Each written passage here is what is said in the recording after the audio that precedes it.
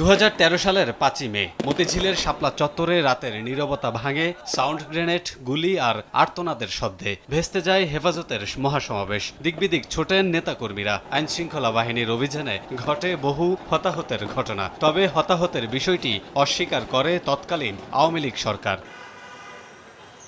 24-এর 5ই August Sheikh Hasina ক্ষমতাচ্যুত হওয়ার পর শাপলা চত্বরের ঘটনার তদন্ত শুরু করে ট্রাইব্যুনালের তদন্ত সংস্থা। সোমবার এ মামলায় শেখ হাসিনা, বেনজির আহমেদ, আজিজ আহমেদ, সাবেক আইজিপি শহীদুল হক, শামসুল হক টুকু, লতিফ সিদ্দিকী সহ 41 জনের বিরুদ্ধে অভিযোগ আমলে নেন ট্রাইব্যুনাল 2। পলাতক আসামিদের বিরুদ্ধে জারি করা হয় গ্রেফতারি পরোয়ানা।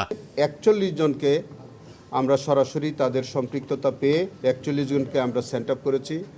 তাদের বিরুদ্ধে আমরা আজকে ফর্মাল চার্জ দাখিল করেছি এবং এই 41 জনের বিরুদ্ধেই মাননীয় ট্রাইব্যুনাল নাম্বার 2 অভিযোগ তারা আমলে নিয়েছেন। চিফ প্রসিকিউটর বলেন, শাপলা চত্বরের ঘটনা ছিল রাজনৈতিক প্রতিপক্ষকে নিশ্চিহ্ন করে দেওয়ার প্রচেষ্টা। মেটিকুলাস ডিজাইনে শাপলা চত্বরে হত্যাকাণ্ড চালানো হয়। এই হত্যাকাণ্ডে আওয়ামী লীগ দলীয়ভাবে জড়িত বলেও জানান চিফ প্রসিকিউটর। তখন এরই মধ্যে শেখ হাসিনা এবং তার যে মন্ত্রিপরিষদের সদস্যবৃন্দ তারা বৈঠক করলেন, একত্রে বসে মিটিং করলেন এবং কিভাবে হেফাজতকে সেখানে বৈঠক করতে না দেওয়া যায় সেই জন্য তারা ওখানে বসে তারা পরিকল্পনা করলেন, কনস্পিরেসি করলেন।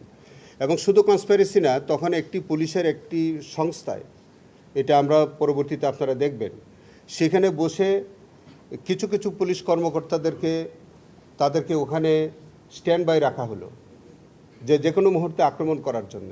এর আগে আন্তর্জাতিক অপরাধ ট্রাইব্যুনালের চিফ প্রসিকিউটরের সঙ্গে দেখা করেন হেফাজতে ইসলামের নেতারা। শাপলা চত্বর হত্যাকাণ্ডে 2024 সালে 50 জনের বিরুদ্ধে ট্রাইব্যুনালে অভিযোগ দায়ের করে হেফাজতে ইসলাম। কামরুল হাসান, সময় সংবাদ, ঢাকা।